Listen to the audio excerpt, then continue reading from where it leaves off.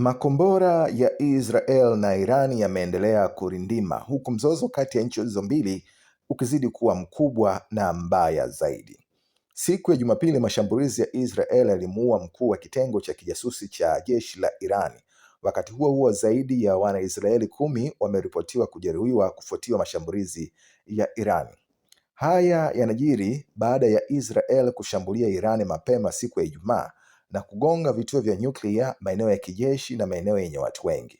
Iran imejibu kwa kutumia ndege zisizokuwa na rubani na makombora ya ballistics. Rais wa Marekani Donald Trump anasema pande hizo zote mbili zinapaswa kufanya makubaliano, akiongeza wito na mikutano inafanyika huku ongezeko hilo likiendelea hadi siku ya 3.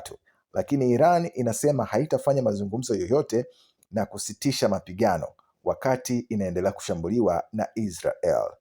Waziri Mkuu wa Israel Benjamin Netanyahu anasema suala hapa sio kupungua, lakini ni kuizuia Iran kuendeleza uwezo wake wa kinyuklia. Wizara ya Afya ya Iran inaripoti kuwa takriban watu 224 wameuawa katika mashambulizi ya Israel tangu Ijumaa, huku takriban Wanaisraeli 10 wakiuawa katika mashambulizi ya Iran ya usiku kucha.